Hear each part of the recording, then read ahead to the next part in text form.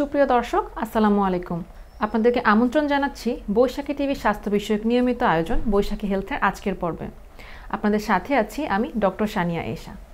দর্শক, আমরা জানি হার্ট বা হৃদযন্ত্র আমাদের মানবদেহের গুরুত্বপূর্ণ অঙ্গগুলোর মধ্যে একটি অন্যতম এবং উচ্চ রক্তচাপ এর বিভিন্ন রোগগুলো থেকে হওয়া সিমটমসগুলোর মধ্যে অত্যন্ত গুরুত্বপূর্ণ।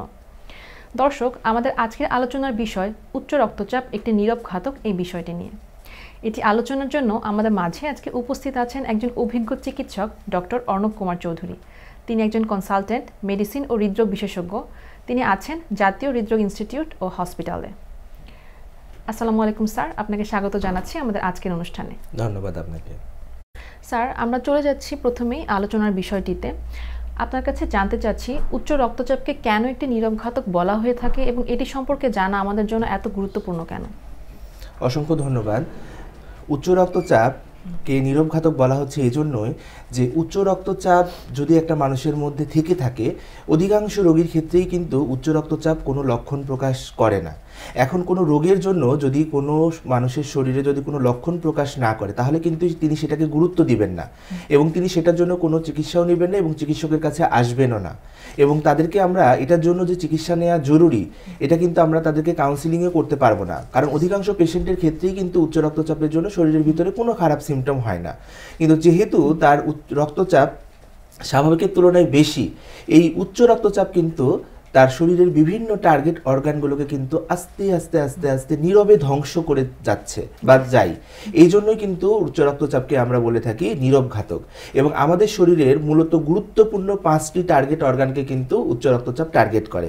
প্রথমটি হলো ব্রেন, দ্বিতীয়টি হলো আমাদের চোখ, 3 নম্বরটি হলো আমাদের হৃৎপিণ্ড, 4 নম্বরটি হলো আমাদের লিভার এবং 5 নম্বরটি হলো আমাদের কিডনি। তো উপর থেকে নিচ পর্যন্ত এই 5টি অঙ্গকে কিন্তু আস্তে আস্তে আস্তে আস্তে নীরবে ধ্বংস করে যায় এই উচ্চ রক্তচাপ। এই জন্য উচ্চ রক্তচাপকে কিন্তু নীরব ঘাতক বলা হয়।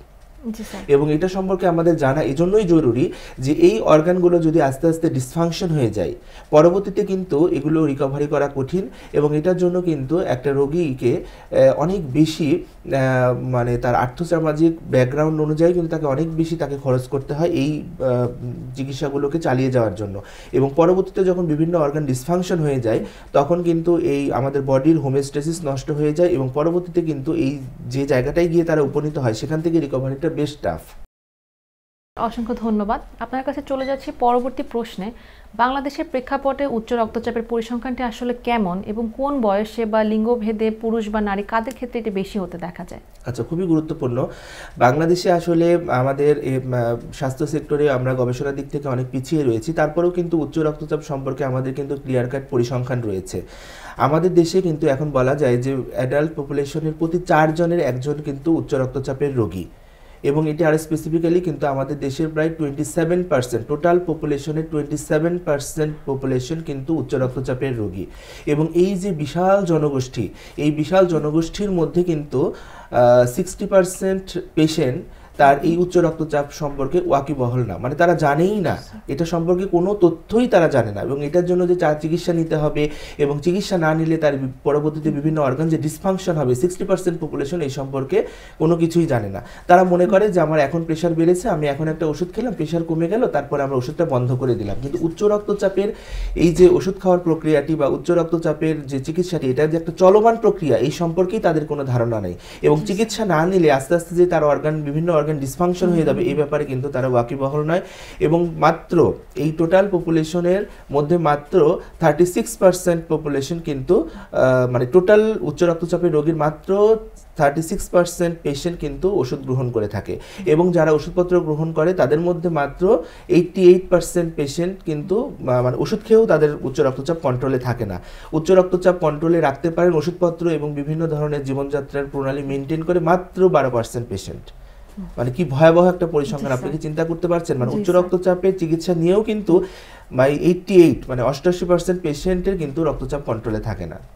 ধন্যবাদ স্যার, আপনার এই উত্তর থেকে আমরা অত্যন্ত গুরুত্বপূর্ণ কিছু তথ্য সম্পর্কে জানতে পারলাম। এবার জানতে চাচ্ছি যে উচ্চ রক্তচাপ যে আমরা বলছি, রক্তচাপের স্বাভাবিক মাত্রাটি আসলে কত এবং কতর উপরে উঠলে আমরা এটিকে উচ্চ রক্তচাপ হিসেবে ধরে নিব? আমাদের ব্লাড প্রেশার কিন্তু স্থান, কাল, পাত্র, পরিবেশ, এনভায়রনমেন্ট সব কিছুর উপর কিন্তু নির্ভর করে এবং আমাদের দিনের বিভিন্ন সময়ে কিন্তু এটা বিভিন্ন রকম থাকে। যেমন দিনের বেলা আমরা যখন বাইরে থাকি, আমরা যখন অফিসে থাকি, তখন কিন্তু আমাদের ব্লাড প্রেশার স্বাভাবিকের তুলনায় একটু হয়তো বেশি থাকে, যেটাকে আমরা বলি অফিস বিপি। এবং রাতে যখন আমরা রেস্টে থাকি বা রাতে যখন আমরা ঘুমাই, তখন কিন্তু উচ্চ রক্তচাপের মাত্রাটা তখন ওই সময়কার কাট অফ ভ্যালু কিন্তু এক এক রকম। তো আমরা কিন্তু এই যে উচ্চ রক্তচাপ বা হার্টের বিভিন্ন রোগের জন্য দুইটা গাইডলাইন ফলো করি, একটা হচ্ছে ইউরোপিয়ান গাইডলাইন এবং আরেকটা হচ্ছে আমেরিকান গাইডলাইন।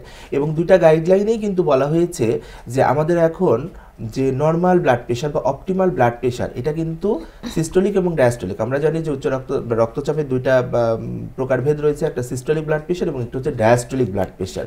সিস্টোল মানে হার্ট যখন সংকোচন করে তখনকার একটা প্রেশার, আর ডায়াস্টোল মানে যখন হার্ট প্রসারণ করে তখন এক ধরনের প্রেশার। তো এই দুইটা প্রেশারের অপটিমাল মাত্রাটা হলো 120/70, মানে উপরেরটা যদি 120-এর নিচে থাকে এবং নিচেরটা যদি 70 মিলিমিটার মার্কার নিচে থাকে, তাহলে সেটাকে আমরা বলবো অপটিমাল ব্লাড প্রেশার। এবং এটাও কিন্তু আবার রাত এবং দিন ভেদে পার্থক্য আছে। রাতে ঘুমের মধ্যে কিন্তু এইটার অপটিমাল মাত্রাটা হলো 110/65, বা আরেকটা গাইডলাইনে বলা হয়েছে 120/70, মানে 120 এবং 70-এর যদি নিচে থাকে ঘুমন্ত অবস্থায়, তাহলে সেটা কিন্তু স্বাভাবিক ব্লাড প্রেশার।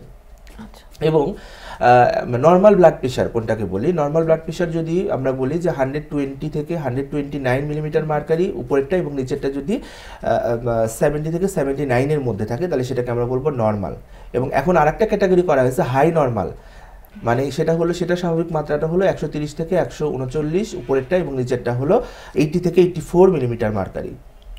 এবং প্রেশার যদি আপনার 140 ক্রস করে উপরেরটা এবং 90 ক্রস করে যদি নিচেরটা, তাহলে সেটাকে আমরা বলবো উচ্চ রক্তচাপ। এবং পরবর্তীতে এই উচ্চ রক্তচাপেরও কিন্তু আবার 3টা গ্রেডিং আছে, গ্রেড 1, গ্রেড 2 এবং গ্রেড 3। জি স্যার, খুবই গুরুত্বপূর্ণ তথ্য। আশা করছি দর্শক এগুলো থেকে কিছুটা নলেজ গেইন করলো এবং জানতে পারলো যে কখন তার উচ্চ রক্তচাপ হচ্ছে এবং ডক্টরের শরণাপন্ন হওয়া উচিত। স্যার, পরবর্তীতে আপনার কাছে জানতে চাচ্ছি যে আইডিয়ালি উচ্চ রক্তচাপ আসলে কিভাবে মাপা হয়, কারণ আমরা জানি যে সিচুয়েশন বা অবস্থা ভেদে এমনকি জায়গা পরিবর্তন হলেও বিভিন্ন সময় রক্তচাপের মাত্রা পরিবর্তন হতে পারে। তো সেক্ষেত্রে কখন, কিভাবে বা কী পদ্ধতি অবলম্বন করে আইডিয়ালি উচ্চ রক্তচাপ পরিমাপ করা উচিত?